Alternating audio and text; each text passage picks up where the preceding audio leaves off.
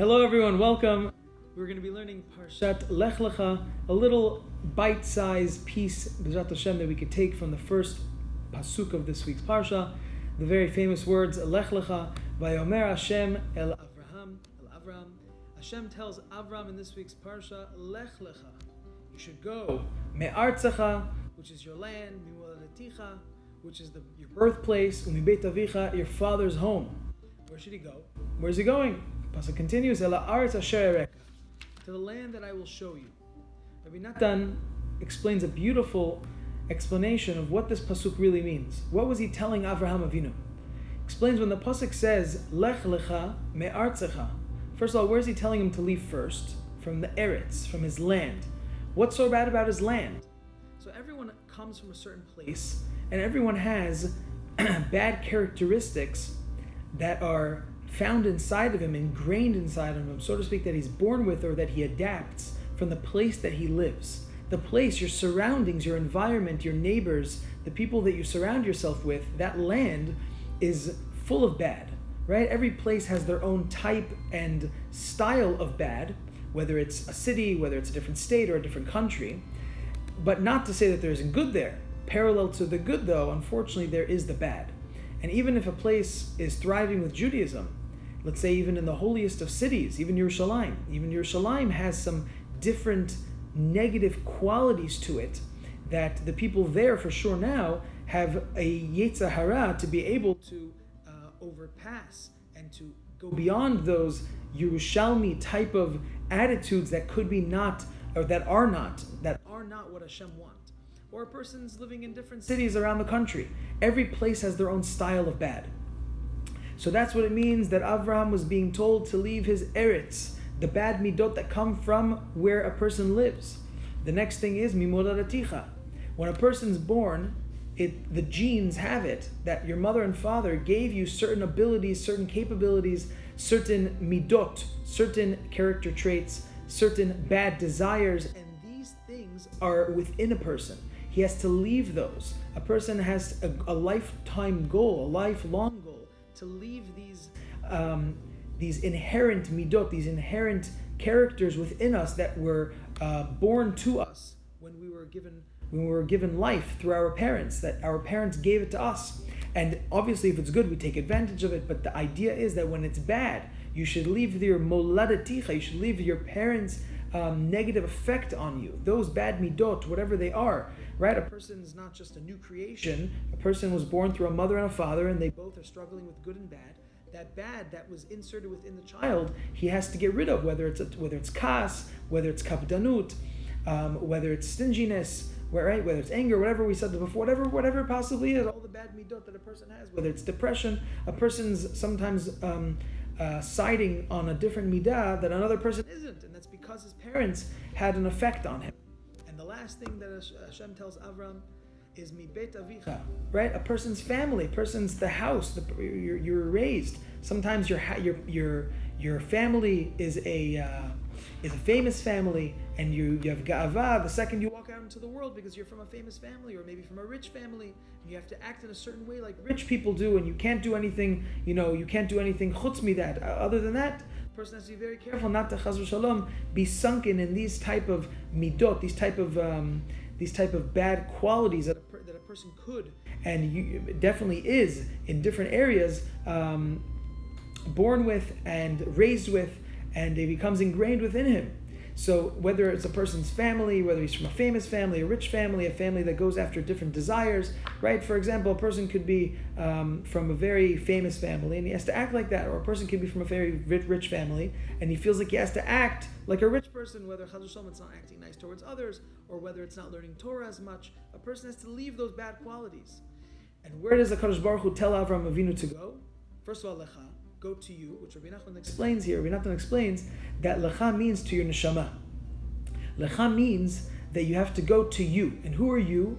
You're not your body. Your body is just a way for your neshama to get around and do mitzvot in this world. You are your neshama. You're your soul. And your soul has a mission. HaKadosh Baruch Hu brought you here. Hashem brought you here to fulfill that mission. And in order to fulfill that mission, a person has to always follow his neshama.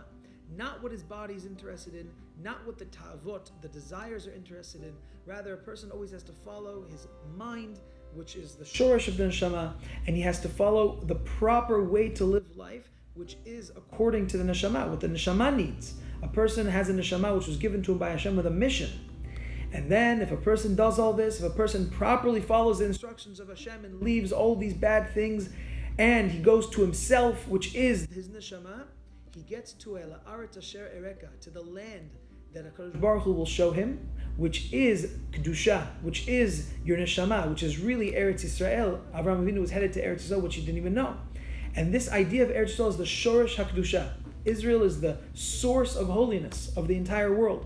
So when a person gets over himself and he realizes and he pinpoints what he needs to work on, and he works on slowly but surely climbing the ladder above all these base characters that he wants to get rid of, and he climbs the spiritual ladder.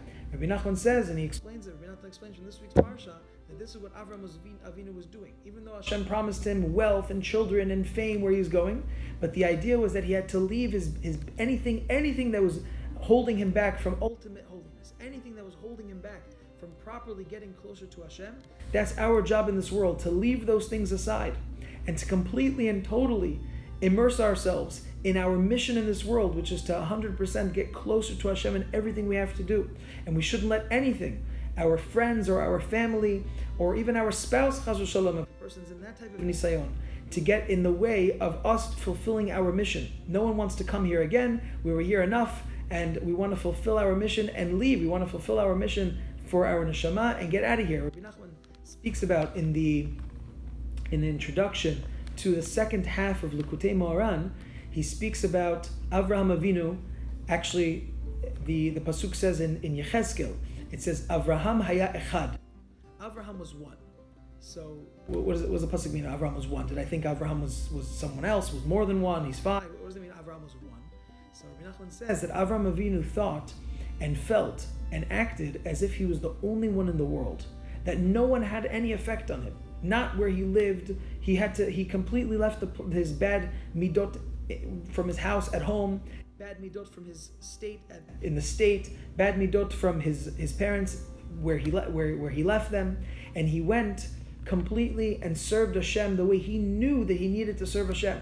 No matter what anyone said, no matter what anyone would think about him. Like the Gemara says, it's better for a person to be called a fool in every person in the world's eyes than to be a rasha, than to be wicked, chas v'shalom, l'sha'ah achad, for even a moment in Hashem's eyes. It's better for a person to be called a fool his whole life.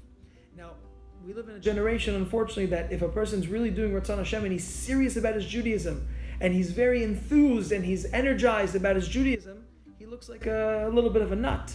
You know, people are usually, they go to shul, they come out, they go learn, they come out, nothing, relax. You don't have to be so enthused. You don't have to be so plugged in. You don't have to learn, whenever you have a spare break, take your time, everything's okay, you have plenty of time in this world. The Gemara says that HaKadosh Baruch Hu cries over someone who's kovea itim laTorah. Hashem cries about someone who sets certain times to learn Torah. So all the Gemara asks, if I'm not mistaken, what does that mean? What does that mean? One of the 5 questions they're going to ask you when you go to Shamayim is, did you make certain times to learn Torah? It's one of the greatest things you could possibly do. What else can you do than make times to learn Torah? That's one of a person's holy obligations in Judaism. Says the Gemara, it's when a person sets times to learn Torah, and because he has those times, he's not interested to learn at any other time that he has free. When a person feels about Judaism that it's like a hobby. I'll get to it when I can. It's a nice thing to do. He doesn't treat it like that's his life. Rebbi Natans says, Tefillah lakel chayai. The Passuk says in Tehillim, a prayer to my living God. Rebbi Natans says, no. Tefillah lakel, a prayer to my God, that's my life. This is my life force. That prayer and Torah study and Tefillah, this Limud Torah and Tefillah combo is your 2 legs. It's the only way you're going to be able to get around in this world. It's the only way that a person will fulfill his mission. May Hashem grant us the privilege to be able to finally understand why we're here, and to be able to have it a lifelong mission, to understand that and may Hashem grant us the opportunity to get closer and closer every day. Chazak u'baruch, Shabbat Shalom.